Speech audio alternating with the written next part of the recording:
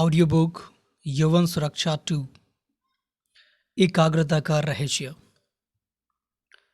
स्वामी विवेकानंद ऋषिकेश के बाद मेरठ आए। अपने स्वास्थ्य सुधार के लिए विश्राम हेतु वे मेरठ में रुके। विवेकानंद जी को अध्ययन का अत्यंत शौक था।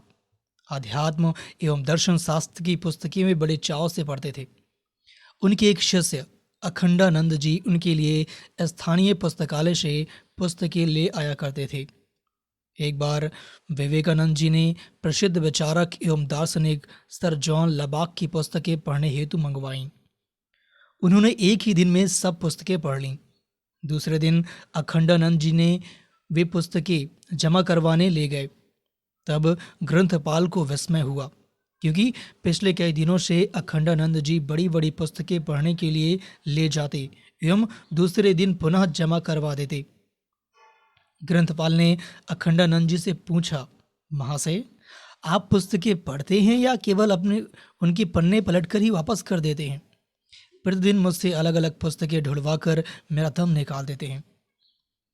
यह बात स्वामी विवेकानंद के पास पहुंची।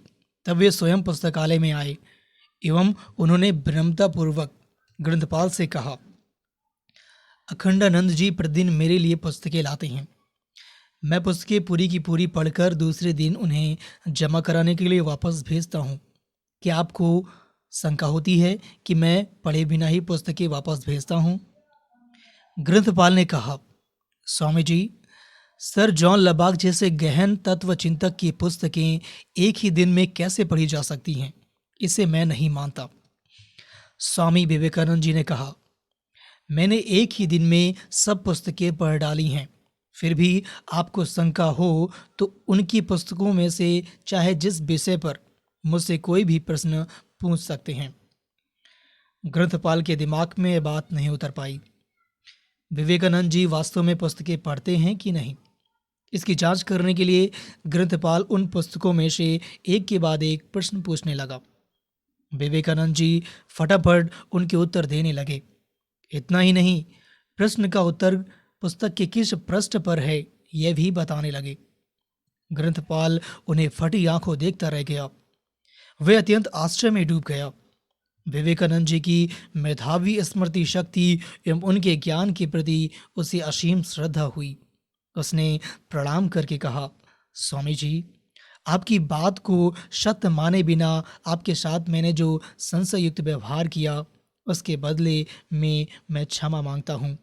वास्तव में आप कोई महान योगी पुरुष हैं, परंतु मुझे यह समझाइए कि इतनी शीघ्रता से पुस्तकें पढ़कर उसे आप अक्षरशः याद कैसे रख लेते हैं?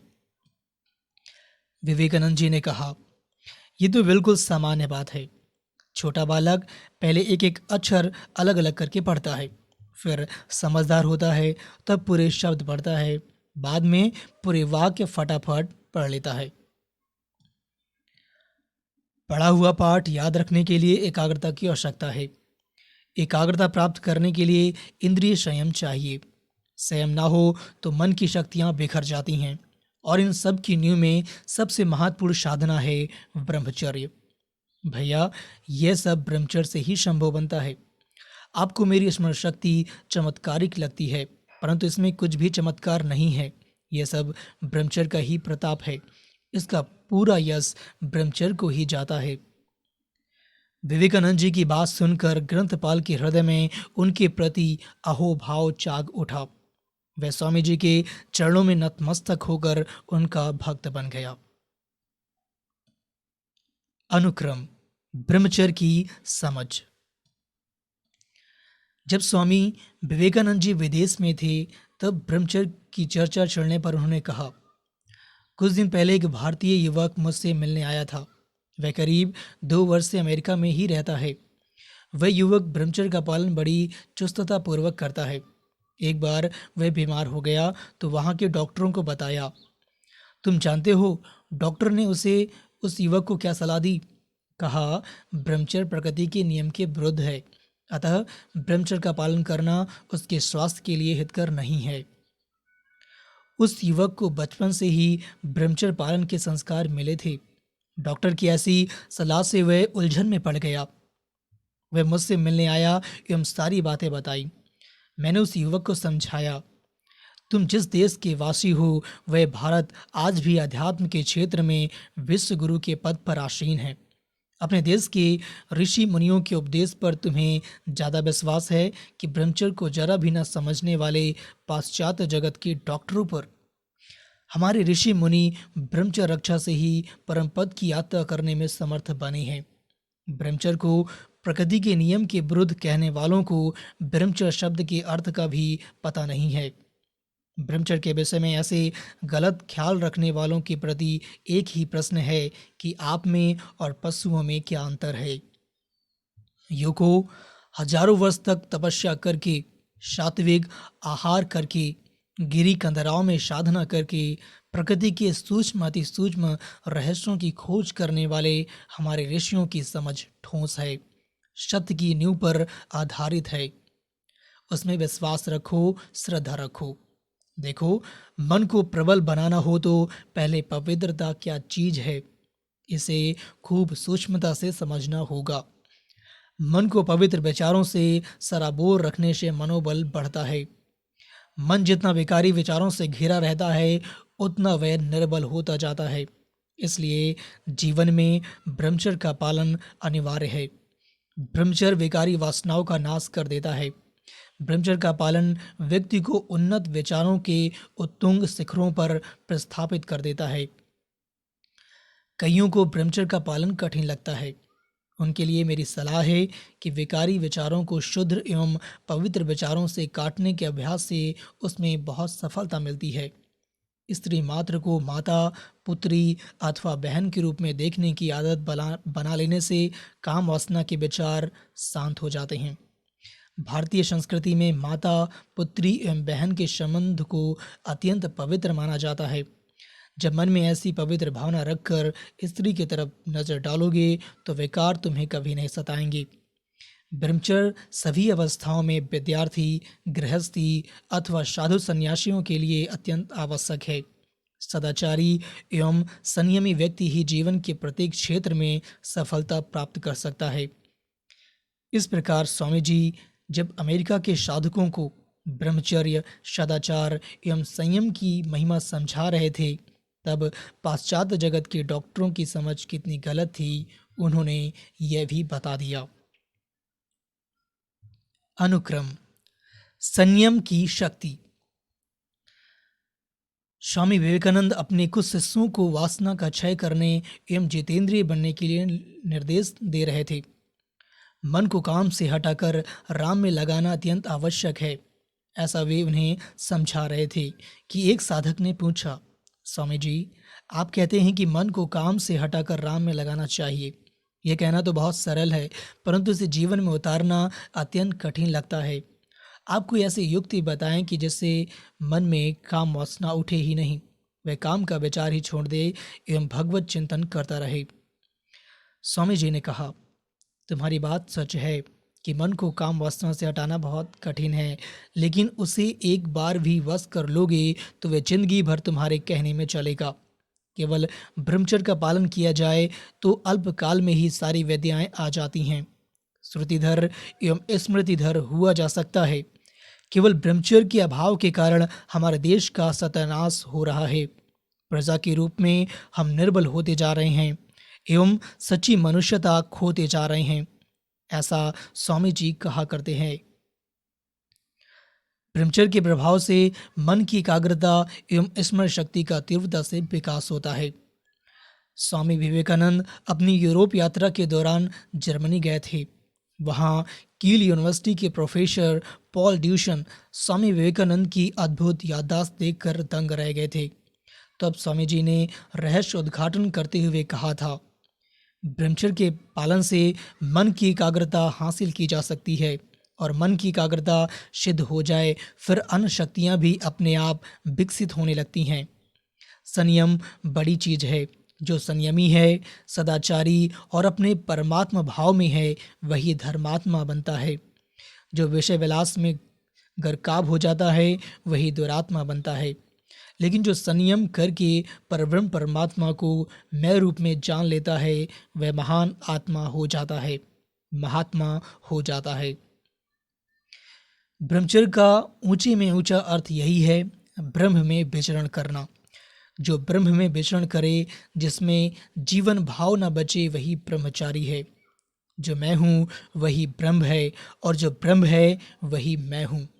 ऐसा अनुभव जिसे हो जाए, वही ब्रह्मचर्य की आखिरी ऊंचाई पर पहुंचा हुआ परमात्मा स्वरूप है, संत स्वरूप है। संयम की आवश्यकता सभी को है, चाहे बड़ा वैज्ञानिक हो या दार्शनिक, विद्वान हो या बड़ा उपदेशक, सभी को संयम की ज़रूरत है। स्वस्थ रहना हो तब भी ब्रह्मचर्य की ज़रूरत है, सुखी रहना हो तब भी ब्रह्मचर्य की ज़रूरत है, और सम्मानित रहना हो तो भी ब्रह्मचर्य की ज़रूरत है।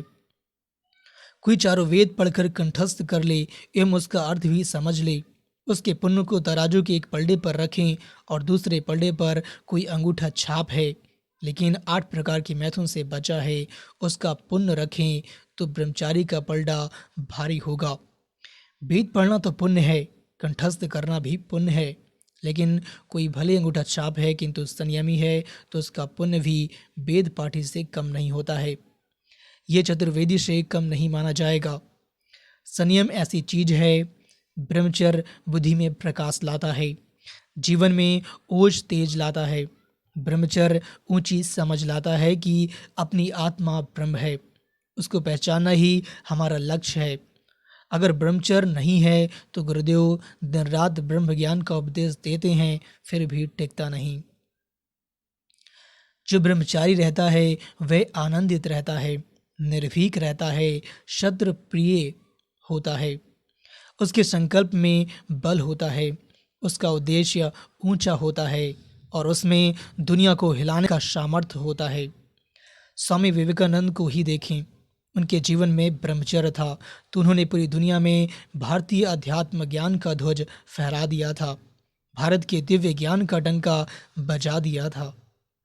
हे भारत की युवतियों व युवानों, तुम भी उसी गौरव को हासिल कर सकते हो यदि जीवन में संयम को अपना लो, सदाचार को अपना लो एवं समर्थ सद्गुरु का सानिध्य पालो, तो तुम भी महान से महान कार्य करने में सफल हो सकते हो। लगाओ छलांग, कस लो कमर, संयमी बनो, ब्रह्मचारी बनो, और युवा धन सुरक्षा अभियान के माध्यम से अपने भाई बंधुओं, मित्रों, पड़ोसियों, ग्रामवासियों, नगरवासियों, प्रांतवासियों को भी संयम की महिमा समझाओ और शास्त्र की इस बात को चरितार्थ करो। सर्वे भवन्तु सुखिनः, सर्वे सन्तु निरामयः, सर्वे भद्राणि पश्यन्तु, माँ कश्चित् दुख भाग भवेत्। सभी सुखी हों, सभी निर्मल मानस वाले हों, सभी सबका मंगल देखें और दूसरों के दुख में सहभागी हों, दुख हरता हूँ। अनुक्रम आत्म संयम। जिसने जीव को नहीं जीता वह विषय वासना को नहीं जीत सकता। मन में सदा यह भाव रखें कि हम केवल शरीर के पोषण के लिए ही खाते हैं, स्वाद के लिए नहीं। जैसे पानी प्यास बुझाने के लिए ही पीते हैं, वैसे ही अन्न केवल भूख मिटाने के लिए ही खाना चाहिए। हमारे माँ बाप बचपन से ही हमें इसकी उल्टी आदत डालते हैं, हमारे पोषण के लिए नहीं बल्कि अपना अंधा प्यार दिखाने के लिए हमें तरह तरह के स्वाद चखाकर हमें बिगाड़ते हैं। विषय वासना को जीतने का रामबाण उपाय राम नाम या ऐसा कोई और मंत्र है। मुझे बचपन से राम नाम जपना सिखाया गया था, उसका सहारा मुझे मिलता ही रहता है। जप करते समय भले ही मन में दूसरे विचार आया करते हैं, फिर भी जो श्रद्धा रखकर मंत्र का जप करता ही जाएगा, उसे अंत में विघ्नों पर विजय अवश्य मिलेगी। इसमें मुझे तनिक भी संदेह भी नहीं है कि यह मंत्र उसके जीवन की डोर बनेगा और उसे सभी संकटों से उबारेगा। इन मंत्रों का चमत्कार हमारी नीति की रक्षा करने में है, और ऐसा अनुभव हर एक प्रयत्न करने वाले को थोड़ी ही दिनों में हो जाएगा। इतना याद रहे कि मंत्र तोती की तरह रटा ना जाए, उसे ज्ञानपूर्वक जपना चाहिए। अवांछित विचारों के निवारण की भावना और मंत्र शक्ति में विश्वास रखकर जो जीव को वश में रखेगा, ब्रह्मचर्य उसके लिए आसान से आसान चीज हो जाएगा। प्राणी शास्त्र का अध्ययन करने वाले कहते हैं कि पशु ब्रह्मचर्य का जितना पालन करता है, मनुष्य उतना नहीं करता। हम उस इसके कारण की खोज करें तो देखेंगे कि पशु अपनी जीभ पर काबू रखता है, इरादा और कोशिश करके नहीं बल्कि स्वभाव से ही। वह जीने के लिए खाता है, खाने के लिए नहीं जीता। पर हमारा रास्ता तो इसका उल्टा ही है। माँ बच्चे को तरह तरह से स्वाद चखाती है। वह मानती है कि ये अधिक से अधिक चीज़ें खिलाना ही उसे प्यार करने का तरीका है। माँ बाप हमारे शरीर को कपड़ों से ढकते हैं, कपड़ों से हमें लाद देते हैं, हमें सजाते संवारते हैं। पर हम समझें कि कपड़े बदन को ढकने के लिए है, उसे सर्दी गर्मी से बचाने के लिए है, सजाने के लिए नहीं। तो हम इससे कहीं अधिक सुंदर बन सकते हैं। स्वाद भूख से रहता है। भूखे को सूखी रोटी में जो स्वाद मिलता है वह तृप्त को लड्डू में नहीं मिलता। हम तो पेट में ठूस ठूस कर भरने के लिए तरह तरह के मसाले काम मिलाते हैं और विविध व्यंजन बनाते हैं, फिर कहते हैं कि ब्रह्मचर्य टिकता नहीं। जो आंखें ईश्वर ने हमें अपना स्वरूप देखने के लिए दी हैं उन्हें हम मलिन करते हैं। अश्लील उपन्यास, कुसाहित्य, अश्लील दृश्य, सिनेमा आदि देखने में लगाते हैं। जो देखने की चीज़ें हैं उन्हें देखने की रुचि नहीं है।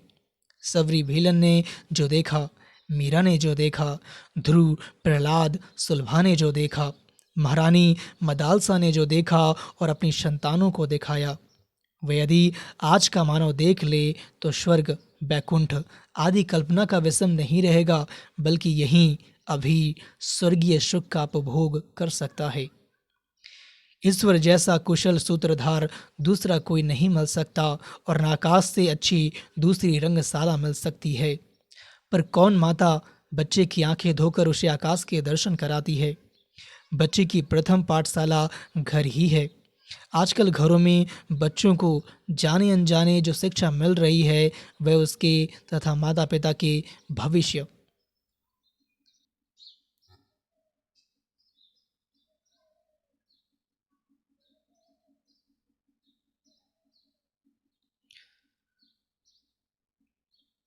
वह राष्ट्र के लिए कितना घातक है, यह विचारणीय है।